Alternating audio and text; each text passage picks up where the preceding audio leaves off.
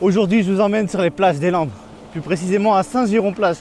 Et l'objectif, c'est d'aller voir Joe, un champion du monde caperlan, pour qu'il nous donne des astuces, des tips, des conseils pour essayer de s'améliorer sur cette pêche surfcasting, pêche de la plage, pour essayer de capturer un maximum de poissons. Et c'est dans ce décor magnifique que nous allons le rejoindre pour commencer la pêche.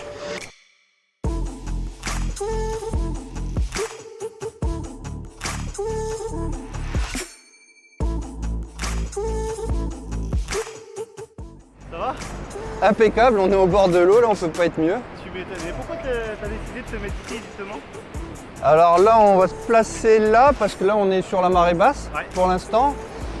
Et là si tu regardes un peu la config de la plage, tu vois on a un gros trou, une grosse baïne, là, un couloir qui est face à nous qui part sur la droite. Et on a une petite ouverture là à la sortie de baïne qui est en face, qui part légèrement à gauche là-bas vers les surfeurs.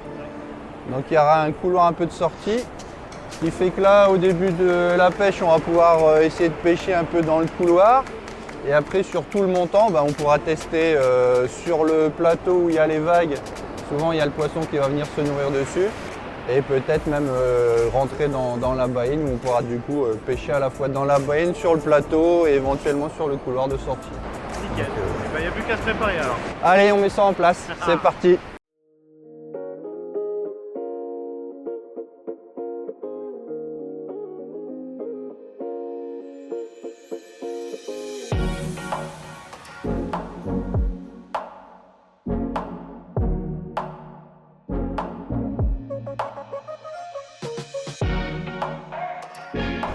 Pour les capes, tu as décidé de prendre quoi, Joe? Alors là, vu la config de la plage, vu qu'on est à marée basse et que le goulet est plutôt loin et que je vais essayer de taper derrière le plateau de sable, là j'ai pris des cannes puissantes, les cannes power, sur lesquelles je vais mettre 160 grammes et faire un lancer appuyé pour essayer d'être dans la zone d'ouverture là-bas qui est face à nous. D'accord, en 4,50 m? 4,50 m, ouais, 4,40 m même celle-là, parce que ça c'est le prototype de la canne qui sortira l'année prochaine. Donc c'est l'occasion en plus de la tester, parce qu'en général quand on développe nos cannes, on les teste pendant plusieurs mois avant de les sortir. Donc là ils sont en test en même temps d'usage et on verra ce que ça donne. Ça permettra de tester son action, la sensibilité. Une petite avant-première, voilà. Du coup pour les moulinets, tu vas prendre quoi? Là j'ai sorti les Symbiose 10 000, donc les moulinets actuels de notre gamme.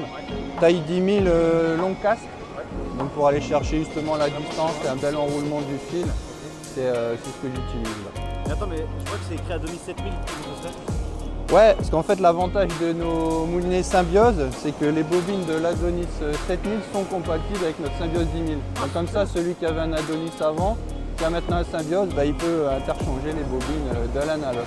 Oui, parce que c'est intéressant de savoir ça, parce que par rapport à la distance que tu vas vouloir parcourir, tu vas adapter ton diamètre de fil, c'est ça? Ouais, voilà, c'est l'avantage, c'est qu'en général, nous on surf, on a différentes bobines de rechange avec différents diamètres, et en fonction de la distance de pêche et des conditions de mer aussi, on va aller prendre la bobine. Là, tu vois, par exemple, là j'ai sorti une bobine en 18 centièmes et une en 14 centièmes pour essayer d'aller encore plus loin en termes de distance. Donc c'est l'avantage d'avoir plusieurs bobines, différents diamètres, et puis tu t'adaptes en fonction des conditions de pêche et voilà.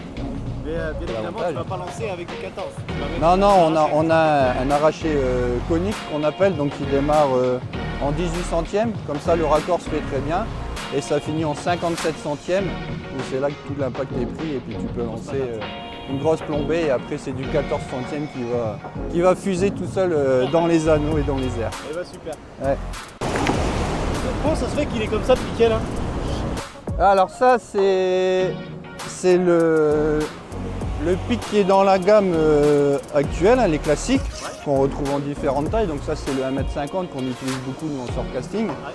Et en fait on a sorti ce qu'on appelle une extension qui permet, tu vois, de monter encore plus haut ton pic jusqu'à, tu vois, moi je fais quand même 1,93 m, donc là, même planté, tu montes à 2,20 m. Ce qui permet du coup, tu vois, comme là quand tu as des vagues, si tu veux passer au-dessus avec ton fil pour pas être embêté, vraiment d'être au-dessus des vagues et pas avoir toujours ta canne qui tape par la vague qui vient taper dans ton fil. Donc ça permet à la fois de passer au-dessus des vagues et des fois aussi quand tu veux faire des pêches de surface, où tu as des montages décollés, ben en plus avec la canne très haute, ça va t'aider aussi à pêcher plus en surface. Et là du coup hop, tu peux le régler à la hauteur que tu veux. Et puis c'est solide, donc bien planté, ça bouge plus après. Franchement, c'est pas bête. Voilà la petite astuce, surtout pour les pêches ici en Atlantique ou autre où il y a un peu de vagues, c'est vachement pratique ça, cette extension. Nickel ça. Maintenant, c'est le moment de mettre lèche, c'est ça? Les appâts, ouais. Donc là, on va partir sur donc le ver de sable tant convoité en Atlantique et même sur d'autres régions est très utilisé et notamment aussi en compétition qui est un peu la paroi en compétition. Donc là, il m'en reste justement de la dernière compète, donc super. On va les utiliser, ça se conserve super bien en plus. D'accord. C'est très fin, ça tient très bien l'hameçon. Comme c'est très fin en plus, ça a une très faible prise à l'air, donc ça permet les distances appuyées, lancer loin et en plus ça porte bien son nom parce que ça marche super bien. Ça permet d'attraper théoriquement tous les poissons, donc là j'espère qu'ils vont tenir leurs promesses. Pourquoi tu as mis du sable? Alors là tu vois, je le mets un petit peu dans le sable pour quand je vais l'enfiler sur l'aiguille qu'il évite de se tortiller dans tous les sens. D'accord. Voilà, je le mets un petit peu dans le sable. Comme un petit plâtre. C'est ça. Et là je vais l'enfiler entièrement. D'accord. Tu mets quand même des bouts assez longs quand même, hein? Ouais, mais là je vais le couper en deux, je vais faire mes deux hameçons avec. D'accord. J'ai mis un montage 2 empiles. Ouais. 2 longues empiles de 2 mètres pour lancer loin et avoir des grandes empiles qui balayent un peu d'accord. dans la colonne d'eau. Donc là je vais le couper en deux. Et là avec ce ver miracle, tu cibles quelle espèce? Là l'avantage c'est qu'avec cet appât là tu peux attraper de tout. Il n'y a vraiment pas une espèce cible, toutes les espèces peuvent venir dessus. Donc tu peux attraper une grande diversité de poissons. Et l'avantage aussi c'est que tu peux à la fois faire, alors c'est pas un avantage, mais tu peux attraper du petit poisson comme des du très gros poissons avec cet appât là. D'accord. C'est vraiment un appât qui est très bien pour tous ces appâts. Qui est miracle. Voilà, beaucoup d'avantages. Pas facile à s'en procurer, mais beaucoup d'avantages. Là si tu veux tu pourras te dire, bah tiens je vois qu'il y a... Alors comment tu fais pour l'enfiler? Alors là pour l'enfiler tu vois, je l'ai coupé en deux, je vais mettre un plus petit morceau sur l'empile du haut. J'ai mis un plus petit morceau sur l'empile du haut. Tu vois, si tu as remarqué, j'ai mis aussi des petites perles flottantes colorées. Comme ça aide à décoller l'appât, donc ça permet de prospecter aussi la colonne d'eau. Et ça évite en même temps quand tu es en action de pêche d'emmêler les empiles, parce que ça va légèrement prendre le courant, le fait que tu as une petite flottaison, comme ça va bien tendre ton empile. Donc différents avantages, l'attractivité pour le poisson, le fait de pêcher à différentes hauteurs d'eau et le fait d'éviter les emmêlements. Donc normalement, tout pour réussir. Tout pour avoir un baling en tout cas qui pêche et avec des appâts bien présentés. Et là tu vois, je le ficelle encore un petit peu au fil élastique pour que vraiment il tienne bien l'hameçon, qu'il reste bien droit et bien propre. Nickel. Voilà. Donc là je vais, pour faire un lancer appuyé, je vais faire un lancer dit sud-africain. Donc le plomb posé où on fait une rotation avec un plomb lisse qui permet d'aller chercher des jolies distances quand les conditions de mer le permettent.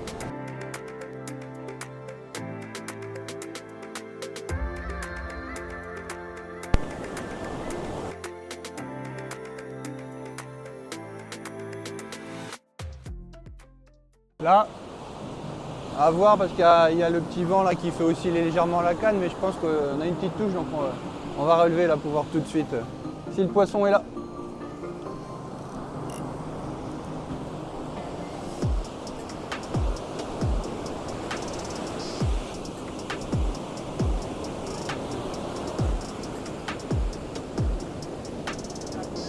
Là, pas loin de 150 là. Comme il n'y a pas de vent, la canne est puissante, je suis sur des nylons là entre 14 et 18 centièmes. Des appâts qui ne font pas de frottement, donc ça part bien là. Ouais. Faut vraiment essayer d'être dans l'ouverture là-bas devant. Non, il n'y a rien. Il n'y a rien. Je le sentirai, ouais. Ou alors c'est vraiment petit, mais il y a quelques saletés là, c'est tout. Un tout petit marbré. C'était peut-être ça la petite touche, mais bon. Et il n'est pas très gros là pour faire de grosses sensations. Mais un petit marbré. Regardez ça, un petit marbré. Super ça. Ça va bien. Ouais.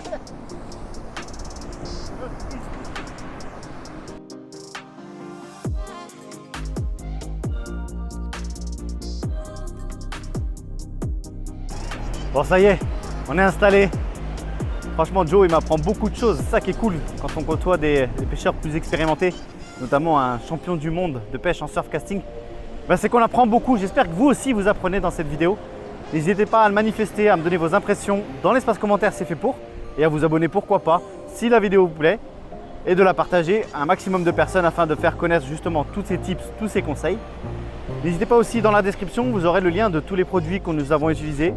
Bien évidemment, cette nouvelle canne qui nous a fait découvrir en exclusivité, elle ne sortira qu'en 2025. C'est pas grave, soyez patients. Il existe bien évidemment d'autres cannes, donc n'hésitez pas à aller voir sur le site Decathlon et taper pêche en mer surf casting et vous allez trouver tous les produits qui sont dédiés à cette technique. En tout cas, je kiffe et je sais que vous aussi vous kiffez. Il y en a beaucoup d'entre vous qui justement l'été, quand ils partent en vacances, les pêchent avec cette technique. Et j'espère que tous les tips, tous les conseils de Joe vont vous servir. Allez, c'est parti. Maintenant, on va essayer de prendre du poisson. Ah, parce que c'est le but de la pêche. Allez, tant que les deux cannes sont en action, je vais bientôt remonter la deuxième que j'ai lancée. Donc là, en attendant, là, d'ici 2-3 minutes que je remonte, je vais préparer un baline de rechange. Comme ça, hop, dès que j'ai remonté, s'il y a poisson, je le mets dans le seau d'eau tranquillement. Je décroche le baline, je relance tout de suite le baline que j'ai préparé, comme ça on ne perd pas de temps et quand le poisson il est là, des fois c'est un passage pendant un quart d'heure, 20 minutes et on a plus de chances d'en attraper au maximum. On va faire ça. Ça justement c'est les techniques que tu emploies en compétition ça? Ouais, ça en compétition c'est ce qu'on fait systématiquement, c'est qu'on a différents 1-2 balines échées déjà à l'avance tant que la canne est en pêche à l'eau. Comme ça dès qu'on remonte, on décroche le baline, poisson dans l'eau. On met le baline éché, on relance et après on s'occupe du baline qu'on avait remonté juste au préalable. Comme ça on perd pas de temps. Là sur le baline je vais alterner un petit peu, comme j'avais mis du verre de sable, je vais mettre un verre de sable et un morceau de dur pour voir aussi des fois tester s'il n'y en a pas qui sera un peu meilleur que d'autres ou qui cible d'autres espèces. En général j'ai pas beaucoup de sortes d'appâts mais je prends 2, 3, allez 4 au maximum type d'appât. Souvent un petit peu de dur, un peu de verre de sable, de la pistiche aussi quand j'en ai, c'est un bon appât aussi la pistiche qui va cibler les plus jolis poissons. Et de temps en temps, pour compléter ça, de la chair de coquillage ou alors un petit morceau de casseron, de sèche, qui là ciblera aussi les plus jolis poissons du coup.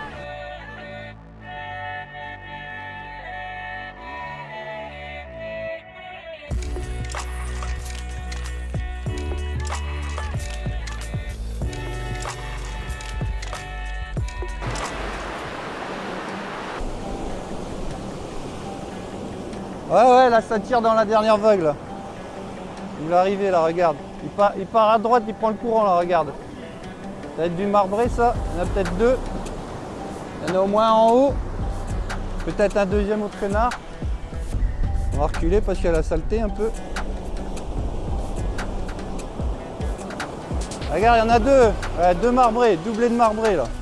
Allez, c'est bon ça. Ils sont là, ils sont là. On avait vu la touche. Pourquoi je traîne les poissons par terre? Alors est-ce que réellement ça a un impact sur leur métabolisme? Est-ce que ça leur fait mal? Je pense pas. De les traîner? Bah non, vaut mieux les faire glisser doucement sur le sable justement que les tenir tendus où là ils vont se secouer dans tous les sens et ils peuvent tomber et puis si l'hameçon est un peu engamé, bah, ça va justement un peu les abîmer au niveau de leur estomac et de la gorge. Donc, vaut mieux les faire glisser tranquillement, les mettre dans l'eau tout de suite, les laisser déstresser. Donc là on va les mettre à l'eau et comme il y a le baline de rechange qui était pris pour, on va relancer tout de suite. C'est plus joli là déjà, t'as vu? Ils ont grossi là. Allez, on change ça et c'est reparti. Là je le sentais tout de suite, tu vois, dès que j'ai pris la canne, je t'ai dit ah là c'est plus lourd, je le sens. C'est bon ça. Donc là tu changes de bas de ligne direct, Voilà, tu relances. voilà, hop, il est prêt, il est là. Et pareil, je vais aller lancer à droite de l'autre canne, comme ça je fais un petit roulement entre les deux cannes parce qu'il y a une petite dérive qui se crée, notamment quand tu as du poisson qui prend le courant vers la gauche. Comme ça j'alterne, quand je lance celle-là, je passe l'autre canne à gauche, etc. Ça évite d'emmêler les deux cannes.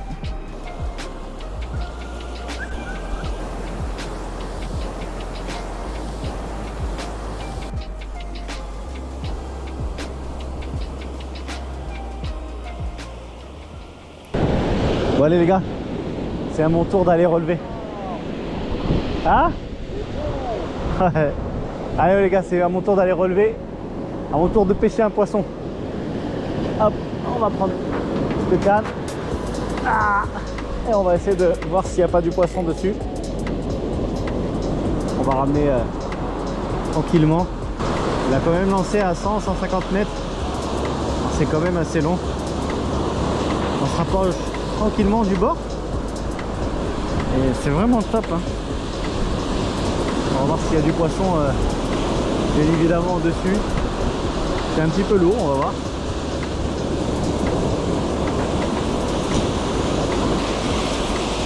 Oui, je les ai vus. Il y a du poisson les gars. Je les ai vus dans la vague. À droite là. Ouais, je les ai vus dans la vague. À droite là. Voilà, il y a des algues. Donc du coup, il les enlève. Allez. On va ramener, on va voir qu'est-ce qu'on a eu. Je sens que c'est lourd surtout. Et voilà. Oui. Super. Oui monsieur, il est joli celui-là. Yes les gars. C'est bon. Oh là là, il est joli celui-là. Ah oui. Les gars, on vient d'attraper un super poisson les gars. Je vous le montre de suite. Vous allez voir, on va le mettre dans l'eau directement. Et après, je vais vous le montrer. C'est un beau petit marbré. En attendant, il va changer le bas de ligne pour pouvoir être vraiment efficace. C'est ça les techniques. N'hésitez pas à l'employer vous aussi quand vous êtes au bord de l'eau parce que c'est vraiment payant.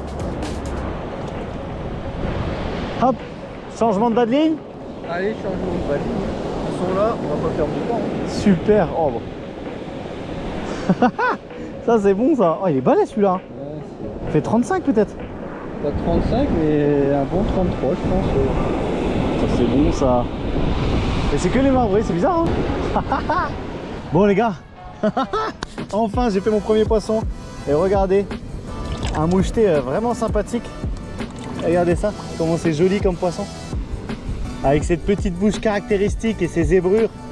C'est juste magnifique. Des poissons dorés. Et quand tu les vois arriver le long de la vague, c'est juste magnifique, super. Et comme quoi, avec des cannes puissantes, on sent quand même le combat. Donc c'est vraiment très très cool. Yes. On a un petit passage à vide là à Vignac.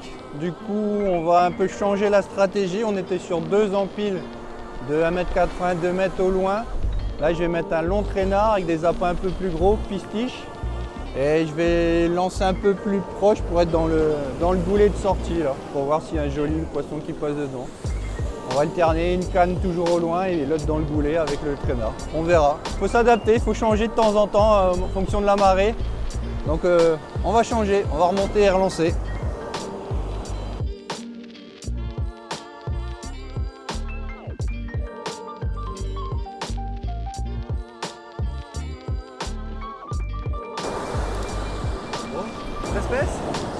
Ouais, premier grisé là, petite dorade grise. Tu vois, il y a la mer qui monte, l'auteur d'eau a monté et c'est des poissons qui aiment bien un peu la profondeur, ça les grisés. Donc on va peut-être attraper, il y aura peut-être un passage de grisé là à faire. Là. On va voir ça, mais avec la hauteur d'eau, on va peut-être attraper d'autres espèces que ce qu'on a vu jusqu'à présent. C'est chiant, il y a toujours un peu de saleté, c'est chiant ça. Bon les gars, on s'est réveillé tôt. Je vous avoue que je suis un petit peu fatigué. Bon, en attendant que ça morde, et ben, on va s'allonger un petit peu. C'est ça aussi la plage, c'est que c'est au moins tranquille.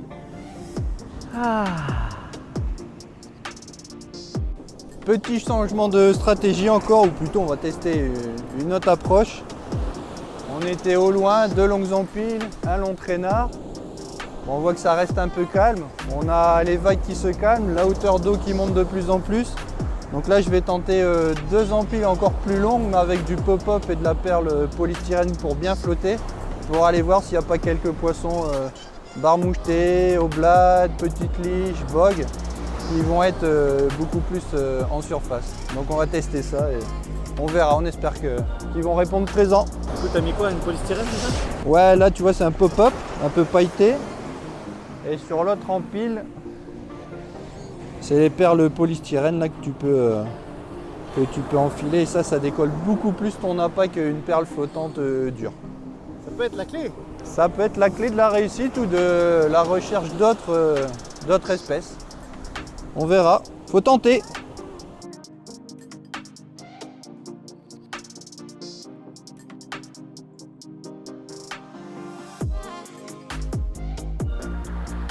Trentaine de centimètres. Allez, on va faire à l'eau.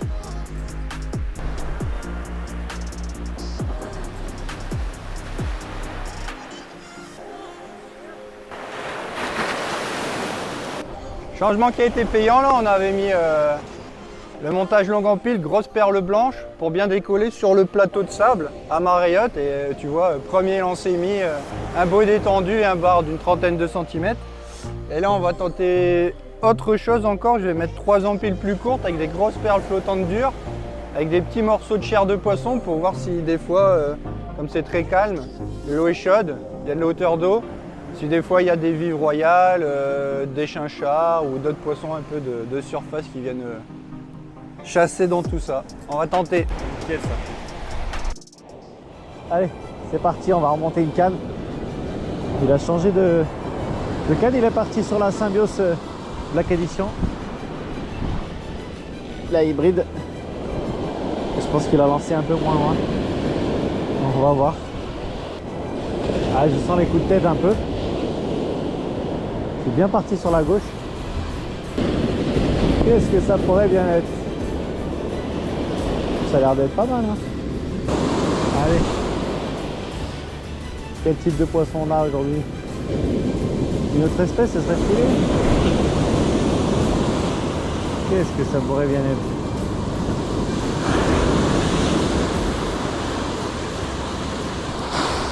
Ouais, un poisson, les gars. Ouais. C'est une autre espèce. C'est une autre espèce. Non. Chacha.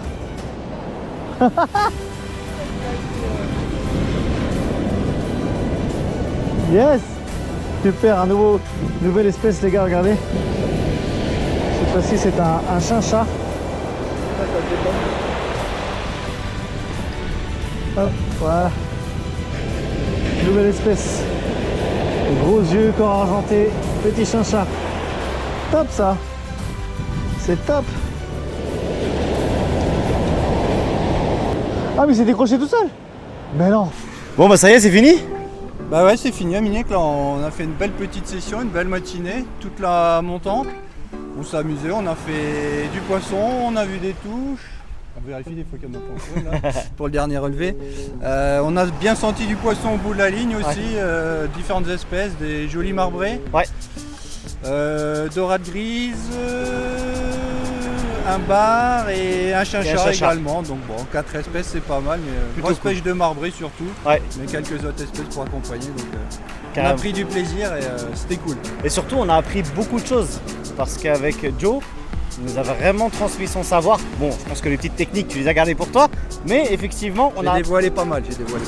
Tu vois, et je pense que c'est vraiment pas mal. Et merci à toi d'avoir partagé ce savoir avec nous et de nous avoir permis d'apprendre encore plusieurs choses. C'est ça aussi dans les vidéos, c'est que c'est bien beau de voir la pêche, mais si on n'apprend rien, ben, on n'arrive pas à progresser. Et c'est grâce à ce genre de concept que je pense que vous allez pouvoir progresser. Merci beaucoup, Joe. Merci à toi, c'était un plaisir et puis j'espère que ça plaira à l'audience. Bah, pas de soucis. Merci à tous d'avoir regardé. N'oubliez pas de vous abonner si la chaîne vous plaît. N'hésitez pas aussi à laisser un petit commentaire, à me dire vous comment vous pêchez en surfcasting, quelle technique vous utilisez et vos petits secrets. Merci à tous d'avoir regardé. Surtout n'oubliez pas, c'est que de la pêche. Bye bye. Ciao.